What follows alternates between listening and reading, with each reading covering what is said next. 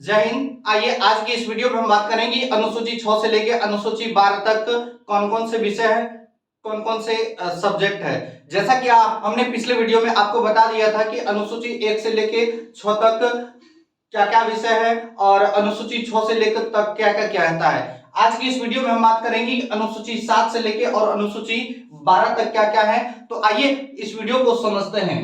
देखिए, अनुसूची 7 कहता है कि शक्ति का विभाजन। अनुसूची 7 को समझने से पहले आप ये समझिए कि हमारा जो देश है, हमारा जो देश है वह एक संघात्मक व्यवस्था को फॉलो करती है। किसको फॉलो करती है? संघात्मक व्यवस्था को। देखिए, संघात्मक व्यवस्था क्या होता है, जैसे हम यहां पे लिखते हैं संघात्मक।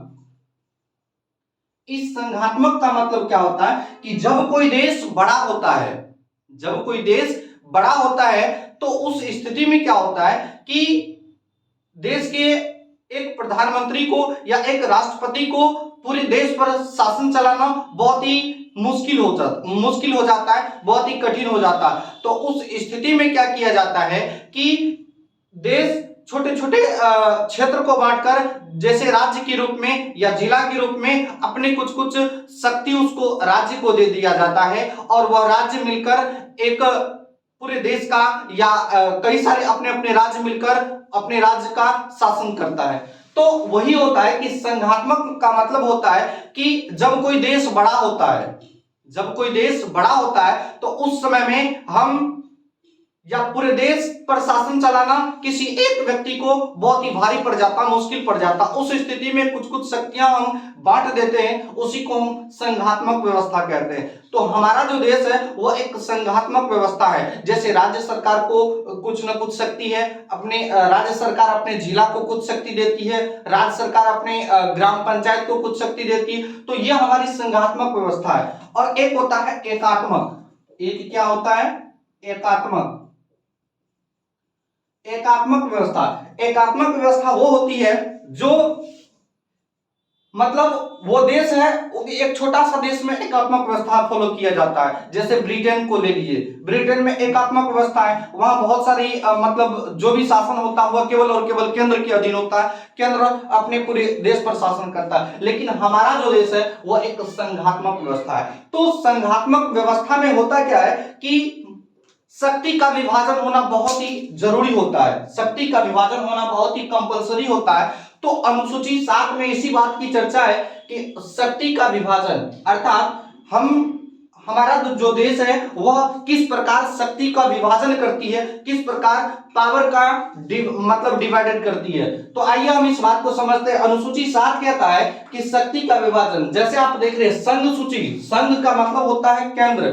केंद्र की सूची, केंद्र सूची में जो कानून बनाता है वह केंद्र सरकार बनाती है। कौन बनाती है? केंद्र सरकार बनाती है संघ सूची में। जैसे सेना, सेना के विषय में जो भी कानून बनाएगी वह कौन बनाएगी? केंद्र सरकार। डाक विभाग के विषय में जो भी कानून बनेगी वह कौन बनाएगी? केंद्र सरकार। बैंक के विषय में जो भी कानून बनेगा वह किसके अधीन? केंद्र के अधीन।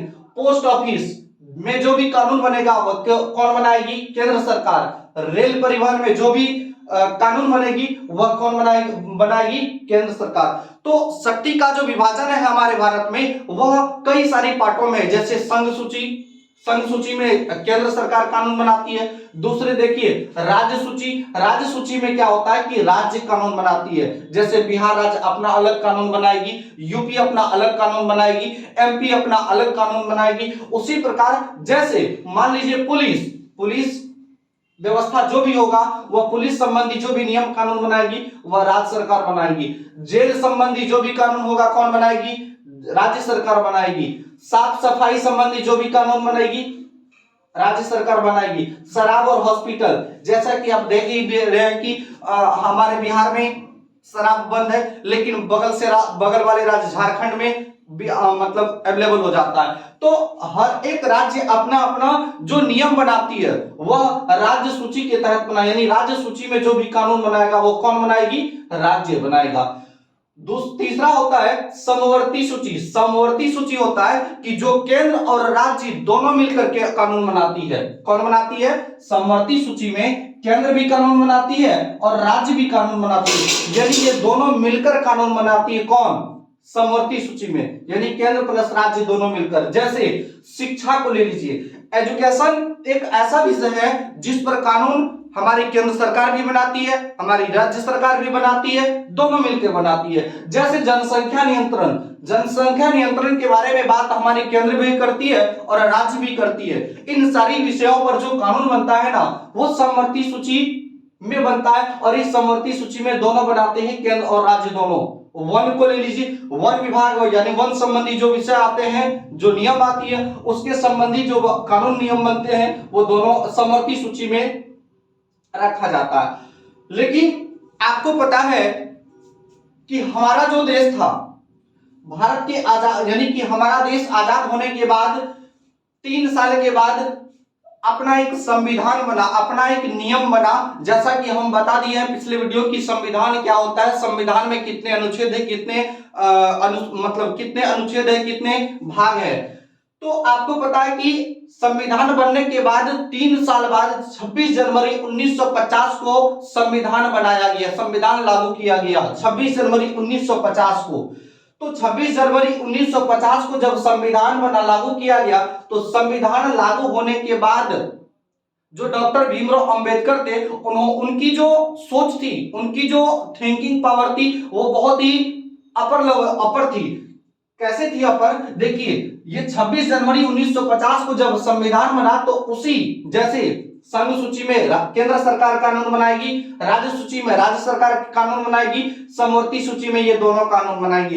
लेकिन 26 जनवरी 1950 के बाद इस अनुसूची अलग से एक और अनुसूची बनाया गया, सॉरी अनुसूची नहीं, मतलब एक और विषय जोड़ा गया, जिसे कहा गया अवशिष्ट सूची। अवशिष्ट मतलब खाली, एक खाली पेज को रखा गया, मतलब एक खाली पेज को रखा गया, इसीलिए कि जब संविधान बनने के बाद बहुत सारे आने वाले समय में बहुत सारे ऐसा मतलब विषय कानून आएंगे, बहुत सारी कानून का संशोधन किया जाएगा, तो उस समय हम कंफ्यूज हो जाएंगे कि इस कानून को हम संघ सूची में रखें कि राज्य सूची में रखें कि समवर्ती सूची में रखें। उस स्थिति में हम क्या करेंगे कि इस खाली पेज को, जो 26 जनवरी 1950 को संविधान लागू होने के बाद जो एक अवशिष्ट सूची रखा गया, इस अवशिष्ट सूची में कहा गया कि जब कोई नया कानून बनेगी, जब कोई नया संशोधन होगा, तो उस समय उसके बाद हम इस अवशिष्ट सूची में उसको रखेंगे। जैसे देखिए यहाँ पे परमाणु ऊर्जा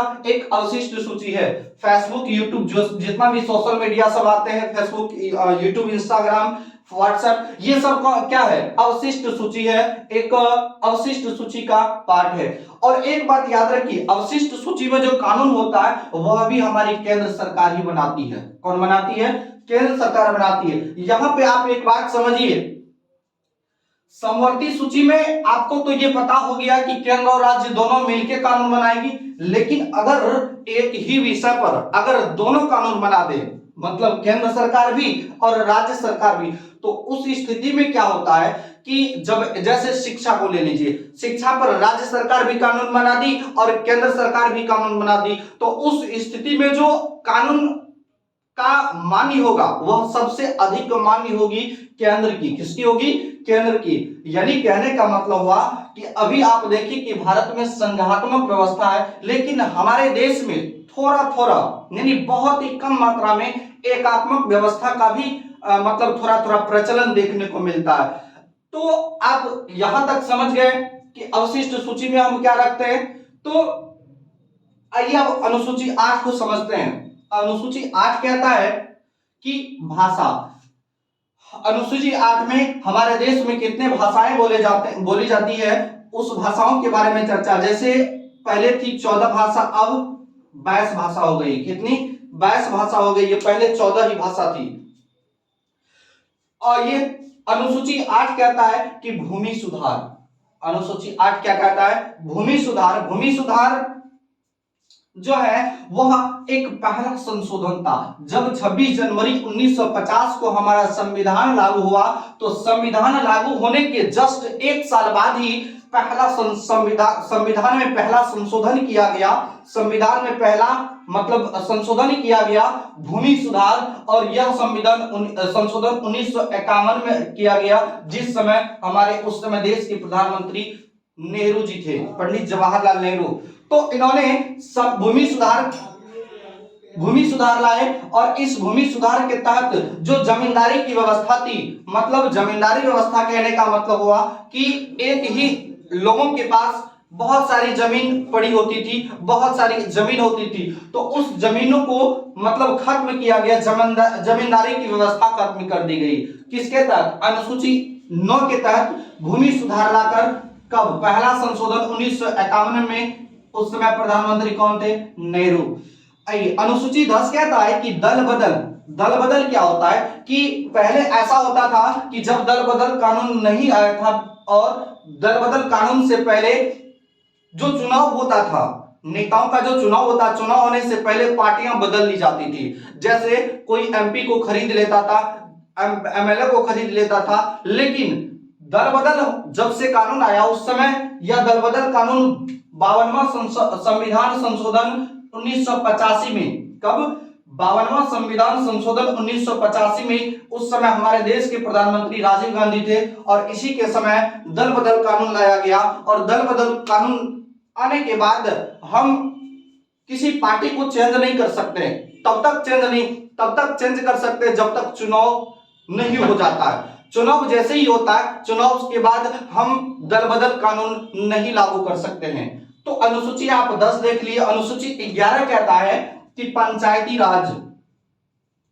जब संविधान बना तो उस समय हमारे संविधान में पंचायती राज की चर्चा नहीं की गई थी, पंचायती राज की प्रावधान नहीं किया गया था। लेकिन महात्मा गांधी ने इस बात की बहुत ही पुष्टि की, बहुत ही प्रयास किया कि हम पंचायती राज को लागू करें, लेकिन डॉक्टर भीमराव अंबेडकर इस चीज को मतलब नकारात्मक सोच के प्रभाव में आकर नकार रहे थे कि नहीं, पंचायती राज पंचायत के लिए अच्छा नहीं है, क्योंकि तब तक लेकिन किसी भी तरह पंचायती राज जो है अनुसूची 11 के तहत 73वां संविधान संशोधन द्वारा संविधान बनने के बहुत दिन बाद, बहुत समय लग गया इसको पंचायती राज को आते आते। 73वां संविधान संशोधन 1952 में बना पंचायती राज, और 1993 में यह क्या हो गया? लागू हो गया पूर्ण तरह 1993 में। तो आप देखिए कि पंचायती राज कब आया? 73वां संविधान संशोधन 1992 में। लेकिन देखिए वहां पे संविधान बना कब है? 1950 में। लागू कब हुआ? 1992 में। 1993 में लागू हुआ। अगर एग्जाम में प्रश्न पूछता है तो 1993 होगा, इसमें 1992 में सिर्फ बना था, लेकिन लागू कब हुआ? 1993 में। अब अनुसूची 12 कहता है कि नगर पालिका देखिए, ग्राम पंचायत में पंचायत की जो शासन होगा वह ग्राम पंचायत की जो देखरेख होती है वह उसकी चर्चा जो है पंचायती राज में किया गया है। लेकिन शहर में जो मतलब किसी चीज की कमी या शहर में किस प्रकार का शासन होगा उसकी चर्चा हम नगर पालिका में करते हैं। और ये नगर पालिका अनुसूची 12 के तहत 74वां संविधान संशोधन 1993 में आया। जस्ट पंचायती राज आने के उसी साल में देखिए पंचायती राज 1992 में बना और 1993 में लागू किया गया, और इसी साल 1993 में ही नगर पालिका भी आ गया। तो नगर पालिका में क्या होता है कि हमारे शहर में किस चीज की किस प्रकार शासन किए जाएंगे, किस प्रकार देखरेख होगा, उसकी चर्चा नगर पालिका में करते हैं। तो आप यहाँ एक चीज समझिए कि पहले जो शासन थी वह मात्र 2 तरह से शासन होता था। जैसे एक केंद्र सरकार यानी एक संघ सूची, उसके बाद एक राज्य सूची, और अब जो है वह है पंचायती राज, और एक है नगर पालिका। तो तो पहले जो शासन व्यवस्था थी वह केवल दो तरीकों से होती थी, एक संघ के और एक राज्य के। मतलब जो शासन करती थी वह हम पे वह केवल केंद्र शासन करती थी और एक राज्य शासन करती थी। लेकिन अब जो है वह संघ और राज्य के साथ साथ पंचायत और नगर पालिका भी अपनी शासन व्यवस्था चलाती है। संघ पंचायती राज चलाती है अपनी ग्राम पंचायत में और नगर पालिका चलाती है अपनी शहर में। तो आप क्या देख रहे हैं कि पहले केवल दो प्रकार से शासन होती थी, अब चारों मिलकर शासन चला रही है। तो पहले की अपेक्षा सत्ता की क्या हो चुका है, यानी कि विकेंद्रीकरण। क्या हो चुका है? विकेंद्रीकरण। तो हम इस प्रकार कह सकते हैं कि अब जो है सत्ता की क्या मतलब क्या हो चुकी है, सत्ता की विकेंद्रित हो चुकी है, विकेंद्रण हो चुकी है। तो इस प्रकार आप देखिए संघ सूची, राज्य सूची, पंचायती राज और नगर पालिका, पहले दो प्रकार से शासन चलती थी और अब चार प्रकार से शासन चल रही है। नगर पंचायत ग्राम पंचायती राज के तहत ग्राम पंचायत में शासन चल रही है, नगर पालिका के तहत शहर में शासन चल रही है। यानी कि अब सत्ता की जो विकेंद्रीकृत हो गया है उससे बहुत सारी मतलब जैसे ग्राम पंचायत के लोगों को या गांव के लोगों को बहुत ही आसानी से महसूस हो रही है और शहर के लोगों को भी। जैसे इससे पहले अगर ग्राम पंचायत नहीं थी, नगर पालिका नहीं थी, तो इन दोनों की जो अस्तित्व था वो बहुत ही धीरे धीरे निचले दबे कुचले की मतलब स्वभाव की होती थी कि हम और उस समय ग्राम पंचायत या गांव या शहर उतनी डेवलपमेंट नहीं कर पा रही थी, तो इसलिए पंचायती राज और नगर पालिका को लाया गया।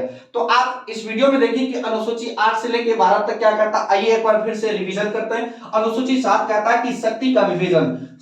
केंद्र सरकार यानी संघ सूची में केंद्र सरकार कानून बनाएगी, राज्य सूची में राज्य सरकार कानून बनाएगी, समवर्ती सूची में ये दोनों कानून बनाएगी। उसी प्रकार अनुसूची 8 कहता है कि भाषा।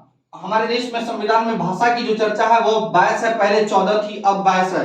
अनुसूची 9 कहता है कि भूमि सुधार जमींदारी को खत्म करके भूमि सुधार ला दिया गया। कब? पहला संशोधन 1951 में नेहरू जी लाए थे। और उसके बाद अनुसूची 10 कहता है कि दल बदल कानून, 52वां संविधान संशोधन 1985 में, जिस समय देश के प्रधानमंत्री कौन थे? राजीव गांधी। और अनुसूची 11 कहता है पंचायती राज 73वां संविधान संशोधन 1992 में बना और 1993 में यह लागू किया गया। और अनुसूची 12 कहता है कि नगर पालिका जो 74वां संविधान संशोधन 1993 में लागू किया गया। तो आप इस पूरे टॉपिक को समझ गए होंगे। तो आइए आज का वीडियो यहीं तक रहने देते हैं, मिलेंगे नेक्स्ट वीडियो में। जय हिंद।